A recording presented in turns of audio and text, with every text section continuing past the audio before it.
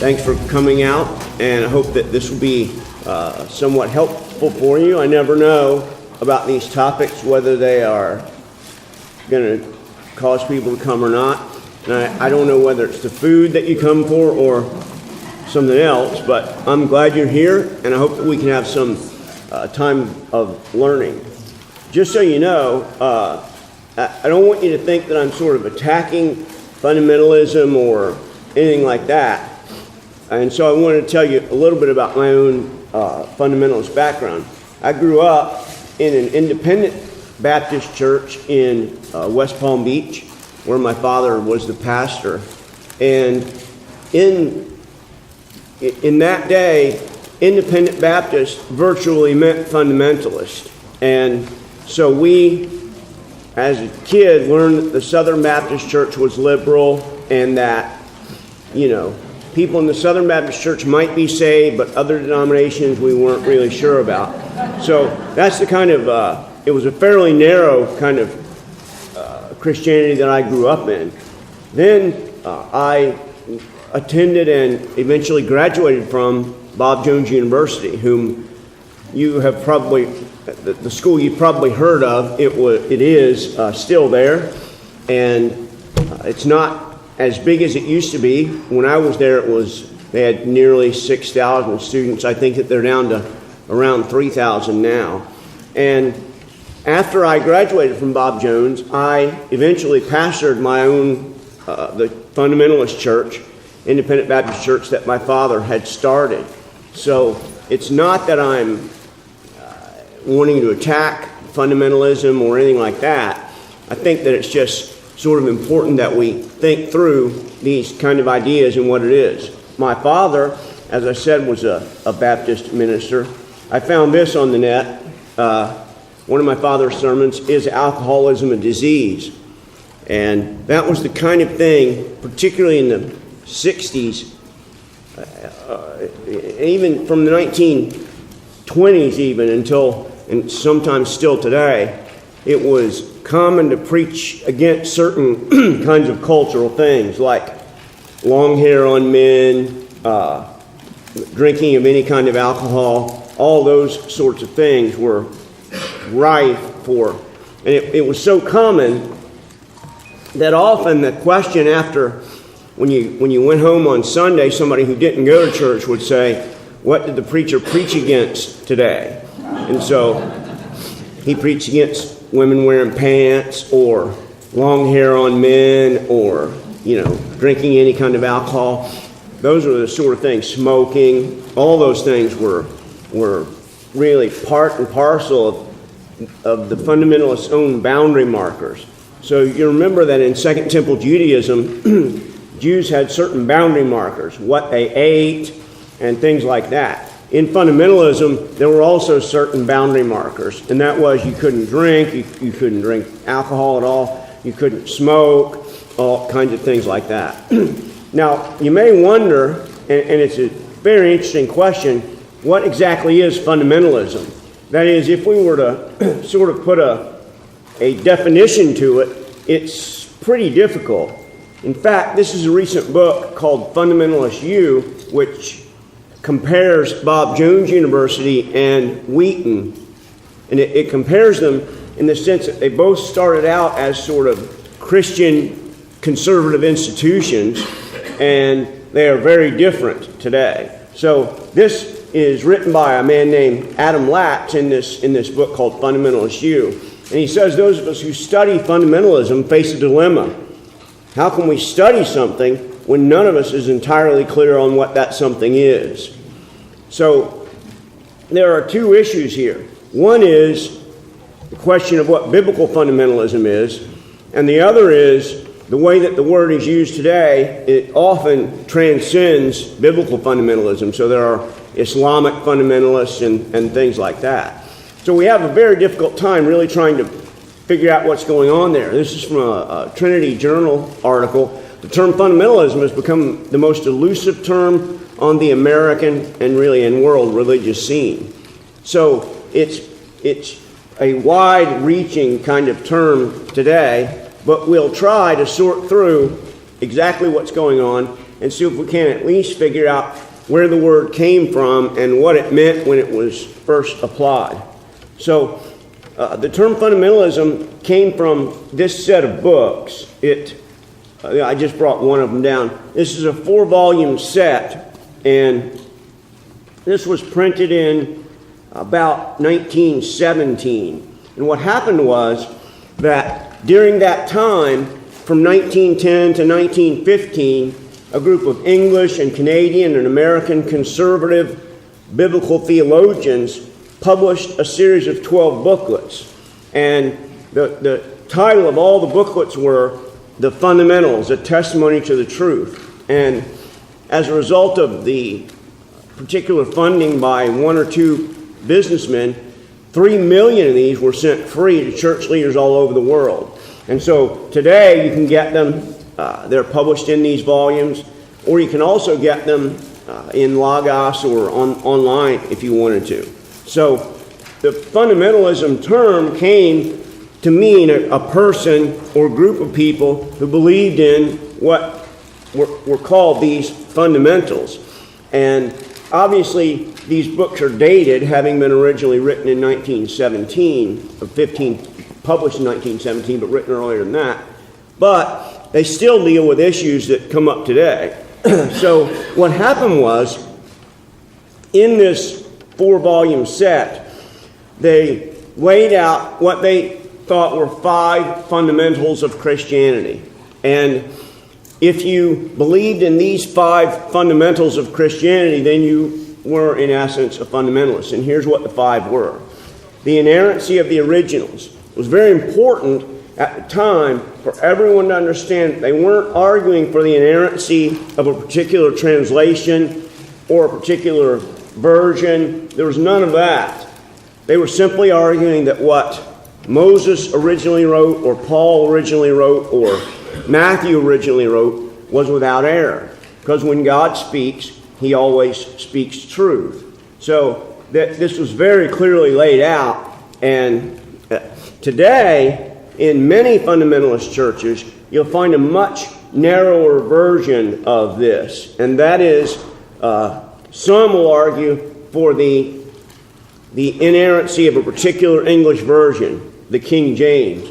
And so they will argue that in order to really believe in God's providence and God's preservation of his word, you have to hold only to the King James version and to no other version besides that. That was not originally what was going on there. The second was the virgin birth of Christ. There was, at this time, a lot of what would be called, in that day, modernism, what we might call liberalism or critical thought, arguing that biblical miracles really didn't happen and that there were natural explanations to them. And so it was important to them that the virgin birth be affirmed. Thirdly was Christ's atonement. That is, that we had to agree that mankind had a problem. That problem was the fall, and that we had all committed sin. As a result of that sin, then we needed someone to pay the price for us. So, for example, Matthew in his gospel uses the metaphor of debt. And that's why when we pray the Matthean version of the Lord's Prayer, we pray, forgive us our debts as we forgive our debtors. Because Matthew is using that metaphor of owing God money. That is, that every time we sin, there's a sense in which we owe God money.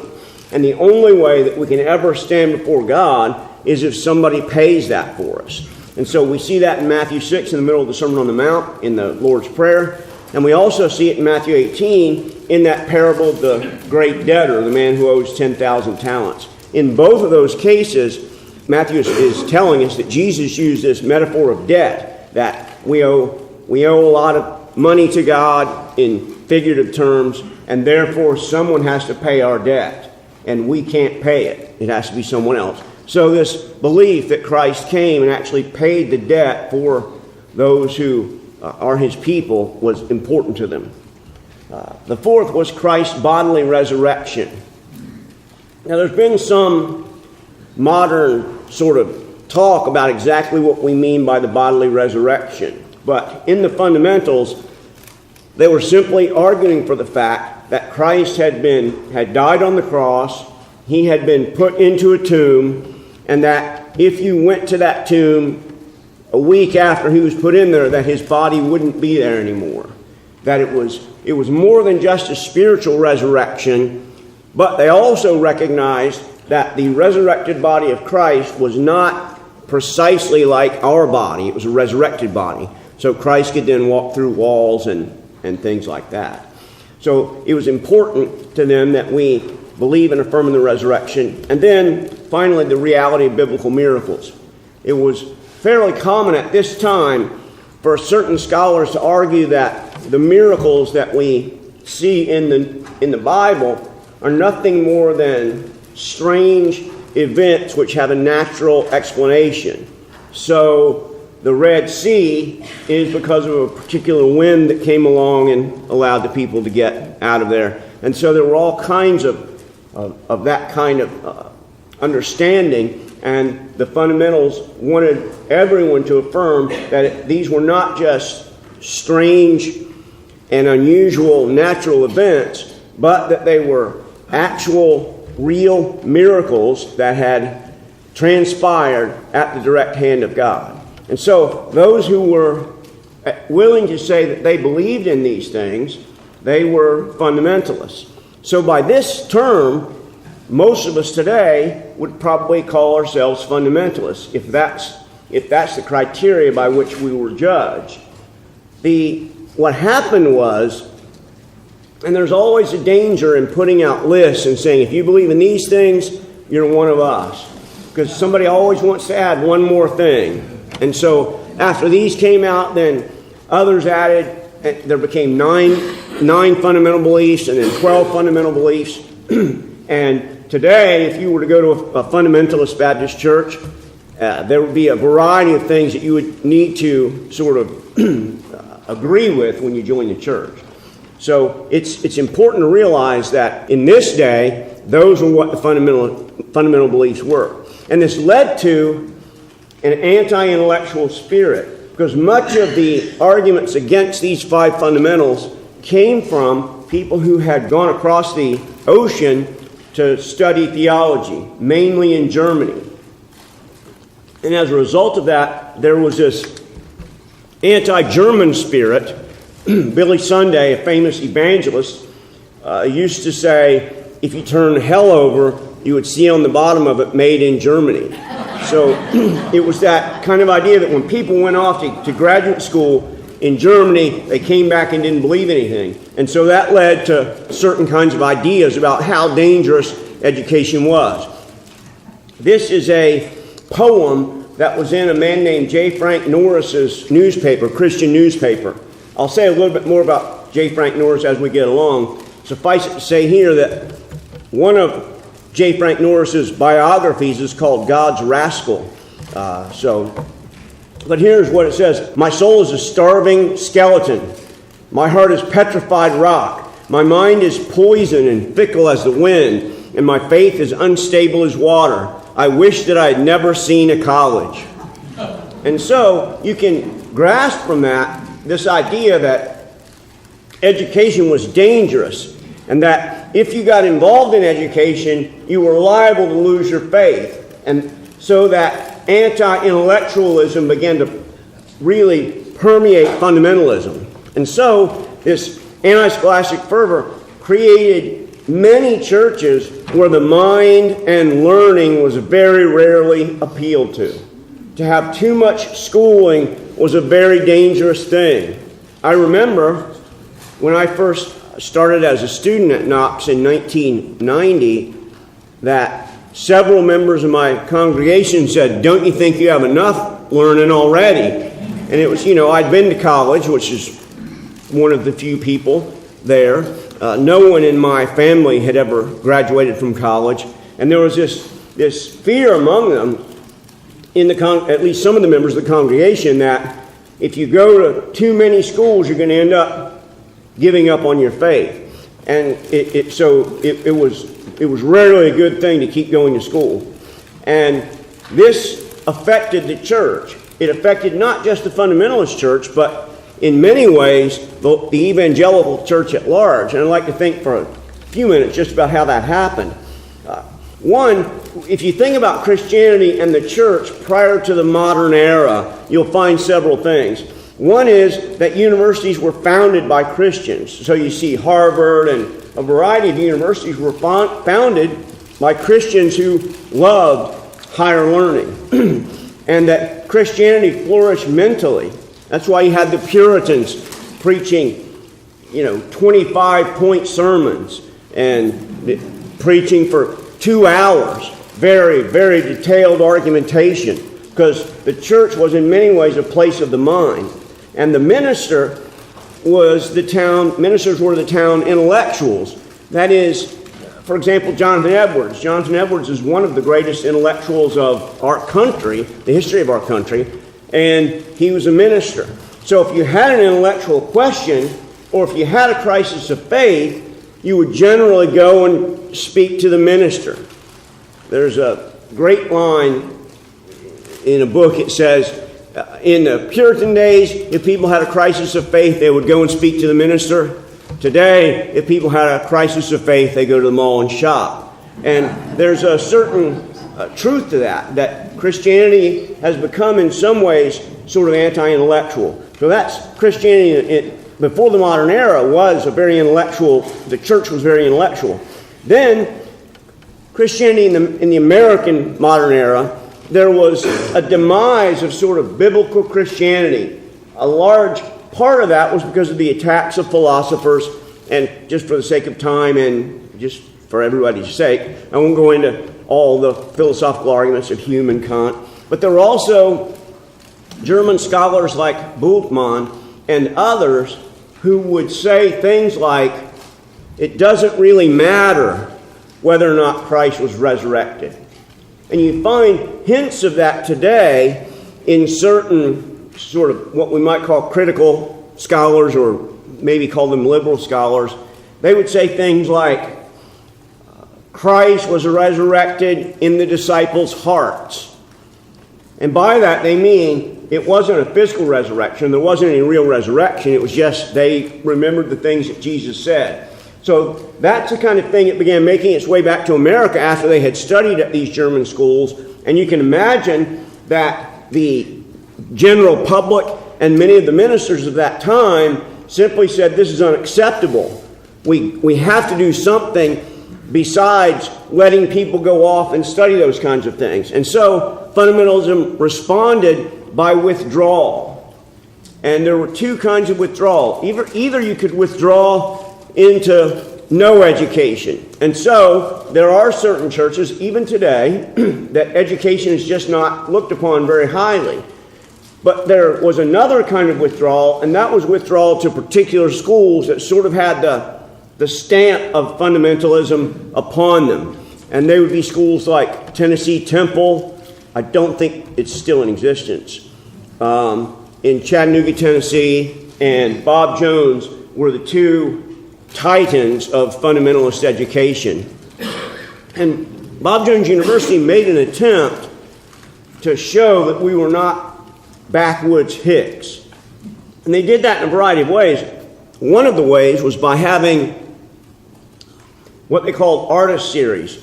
And it was, in essence, either they would have a Shakespearean comedy in the fall and a tragedy in the spring, and then they would also have an opera. So you would go to 3 of those kinds of things every year, and you would also go to certain kinds of concerts and things like that. And it was an attempt to sort of educate young people in the arts, but to do it in a fundamentalist kind of way. And so you had to go. There wasn't any choice about that. And it was like one of the times when you were allowed to take a date, so you had that going for you. I had a very hard time getting dates at the time. I know, it's hard for me to believe too. That was before this body panned out. So I remember that my friend who lived across the hall from me, he said, Art series is coming up, and my sister's coming down. I know you don't have a date. Would you take her to art series? Because I don't want her with me. So I did, and now I'm married to her. So it was a good thing in that sense. But it was that kind of, like at Bob Jones, you were never allowed any physical contact between male and female at all. And there were very, very clear rules and all kinds of problems with that. So that was the kind of fundamentalist, you knew as a fundamentalist minister that if you sent your young people to Bob Jones or to Tennessee Temple, they would come back and still be believing in the truth of Christianity. And so it sort of gave you some answers to the questions that were being asked, but often the answers were to questions that had been asked 50 years ago and people had moved on.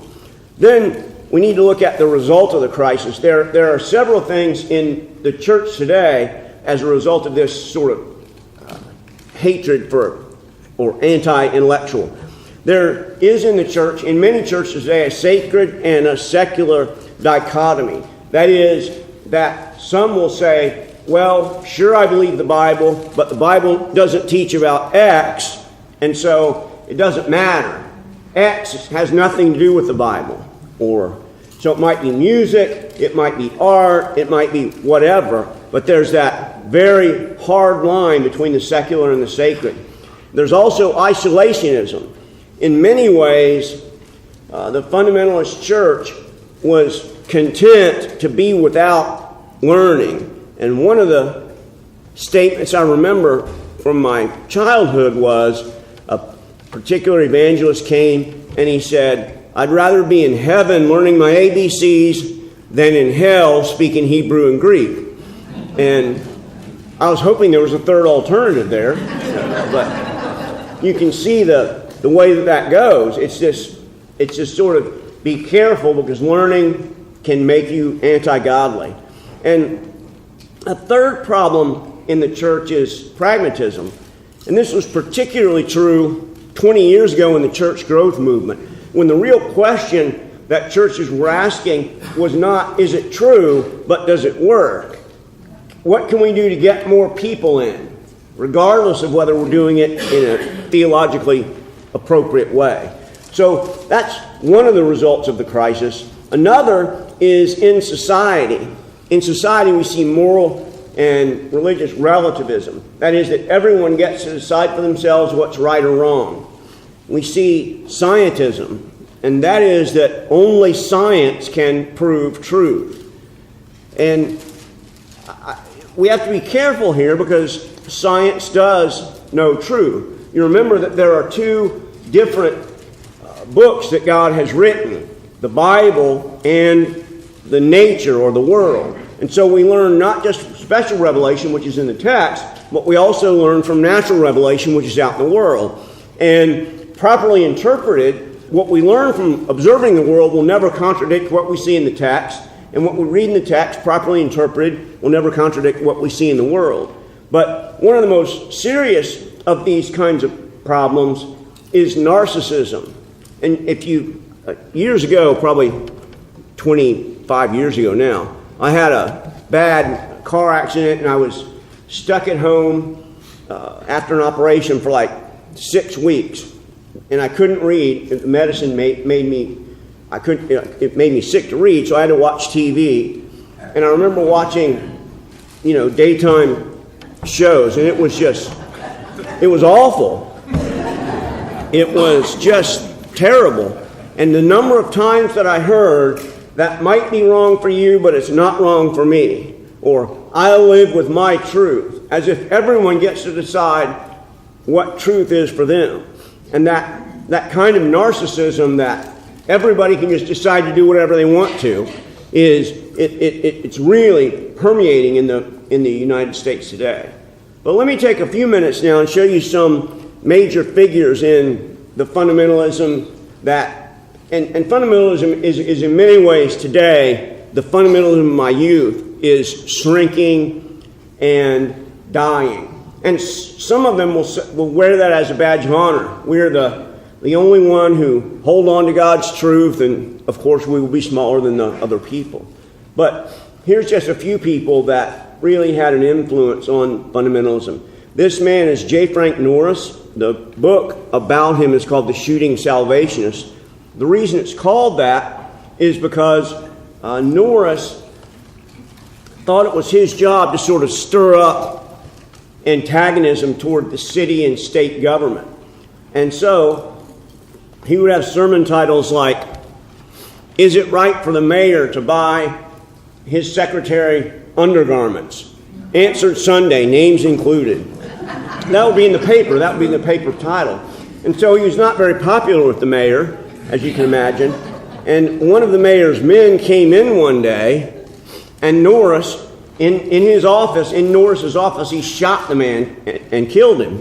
And so this book is about the trial of J. Frank Norris for murder. That was not his first trial, interestingly enough. He had also been tried a few years before that for arson, burning down his own church for the insurance money. And he was found not guilty of that and not guilty for shooting this man. The jury ruled that it was in self-defense. So he was apparently a brilliant logistician. He was really good at getting lots of people to come to his church and getting lots of people to read his newspaper. But he was also, at best, a quirky individual. I have been able to get a hold of some of he had this like the world's largest Christian newspaper at the time. He was from Fort Worth, Texas. And in that newspaper, he would have advertisements for the Klan, Ku Klux Klan, in the church newspaper that went all over the United States. So he was a very unusual kind of pastor that probably wouldn't fit in today. I mean, you can imagine the kind of media he would get for shooting somebody in the church office.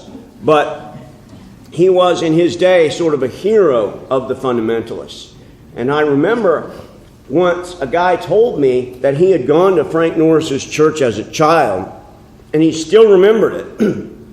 He said what happened was there was a man who had gotten drunk and fallen asleep on the railroad track and been run over.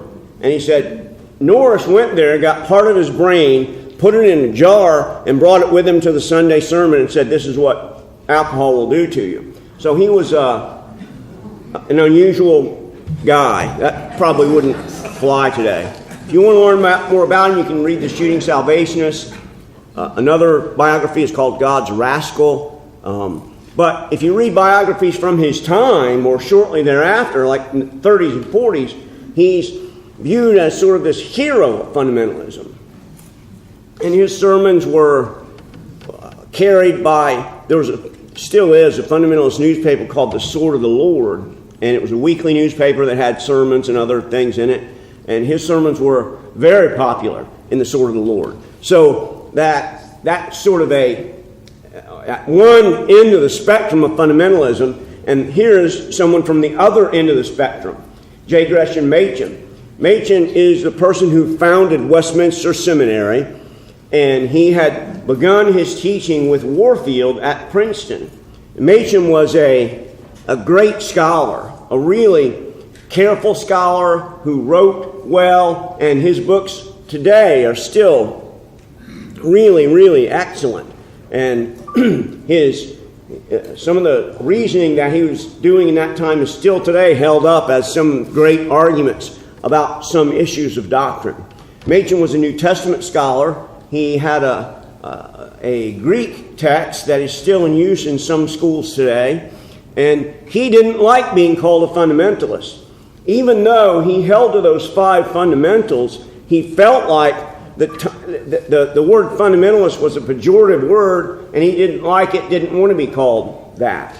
But he was clearly a defender of the truth of Christianity and a defender of the truth of the Scriptures, and he did it in a very careful way. So you have those two people really at sort of the opposite ends of the spectrum.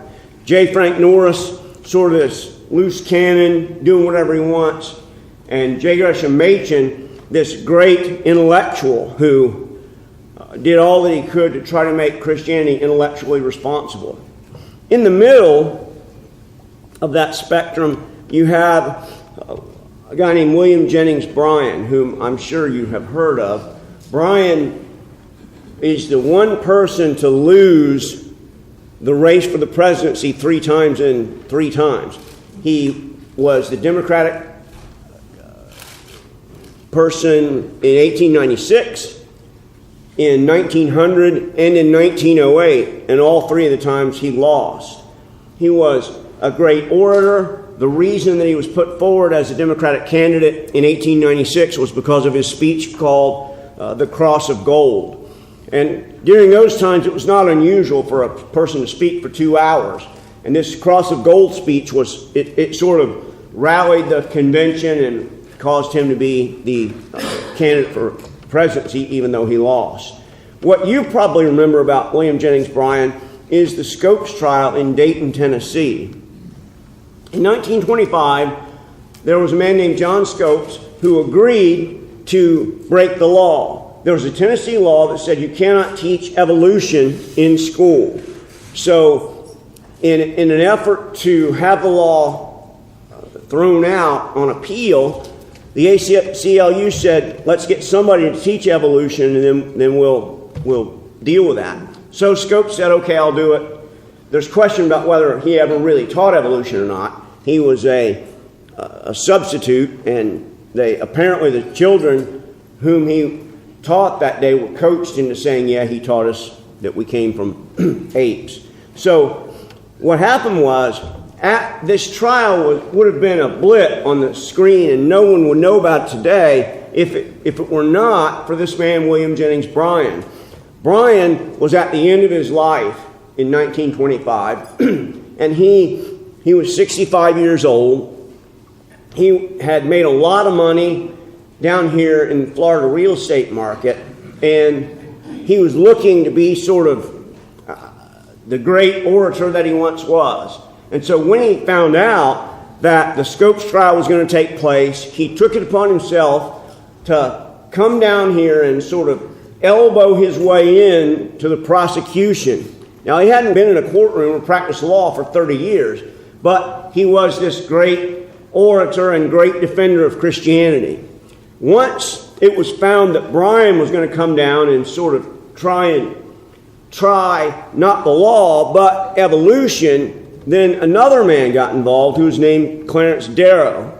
And you've heard of Clarence Darrow, I'm sure. There's a biography of his called Clarence Darrow, Attorney for the Damned, if you're interested. It has a very good chapter on the Scopes trial, but he had other trials. The most famous was the Loeb-Leopold trial, where the 2 boys killed a young man just for the thrill of it. And so Darrow was brilliant, without question. And he comes down to defend John Scopes. And so, as a result of that, what would have been nothing but a blip on the screen becomes national news. And thousands of people come to Dayton, Tennessee. And Dayton is a very small town. If you've ever been there, it's not a big place. And not far from there is the Bryan University, named after William Jennings Bryan. So this became larger and larger, and there were all kinds of things that happened during what was supposed to be a trial. There were monkeys there. There were, people selling food. There were evangelists setting up on the side of the road, preaching against this or in favor of that. All kinds of things went on, and it became a literal circus, without question. On the last day of the trial, Darrow called Bryan to the stand as a Bible expert. Now, Darrow was, as I said, he was brilliant. He had been in the courtroom. He knew how to cross-examine people, and Bryan should have never agreed to that. The other people on the prosecution team begged him not to do it. But Bryan, he was a proud man. He was, in most ways, a very good man and a godly man. but he was clearly outmatched in this particular incident. And so Brian agreed, yeah, I will be cross-examined. And it was bad. It was really bad.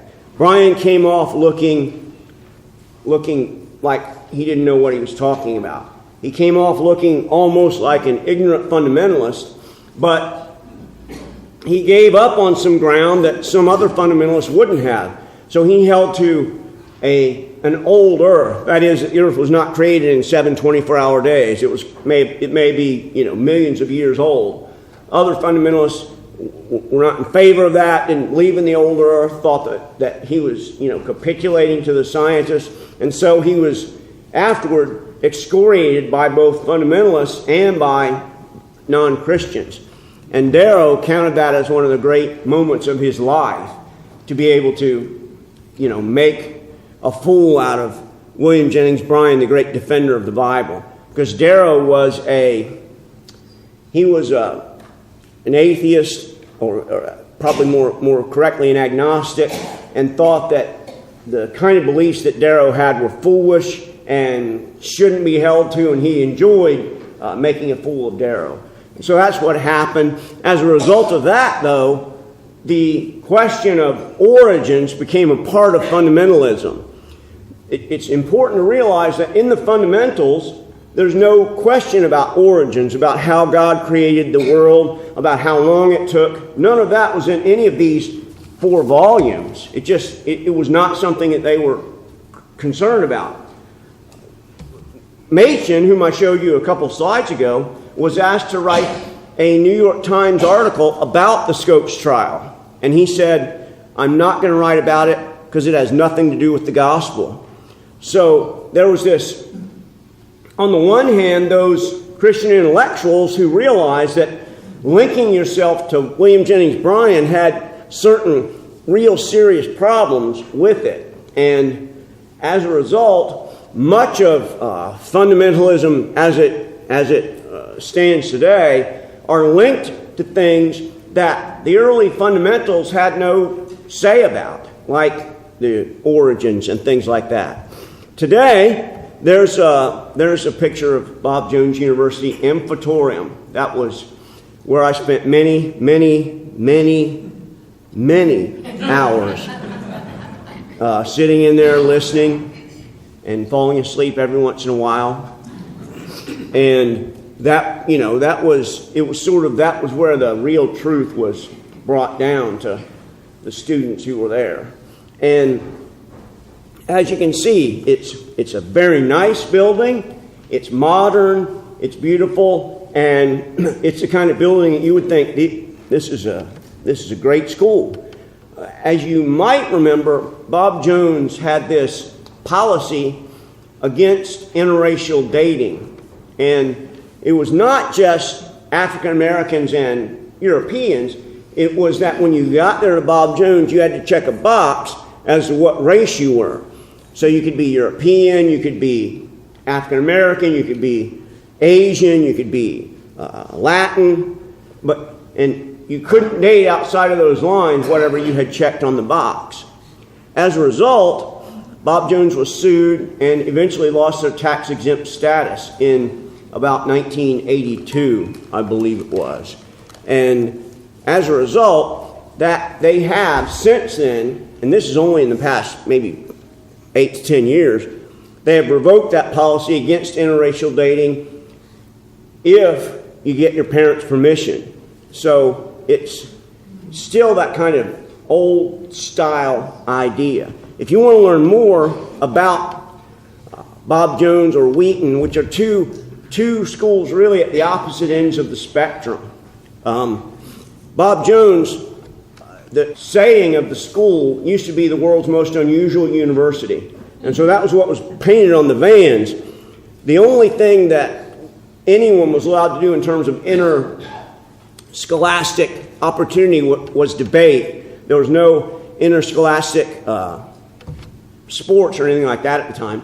So I got on the debate team just so I could get off the campus. And we would drive the van there, and it would have world's most unusual university. And so, of course, people would say to us, what does that mean, world's most unusual university? And we had contests making up stuff, just, to tell people. And I remember once I told this guy, well, that van is actually our university. We drive around all day and have class in there, and then wherever we are at night, we just stop at a hotel, and then we start up the next day. And that's why it's the world's most unusual university. He goes, well, that is unusual. So it's a very unusual place. Wheaton, on the other hand, is a highly respected school and graduate school. It is, in many ways, evangelicalism's finest school. If you have a degree from Wheaton, it's really something to be sort of proud of in evangelicalism.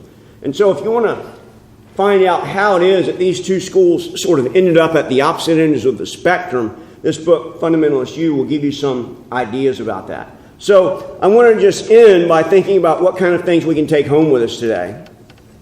One, I think we have to be aware of making the text say things that it didn't mean to say.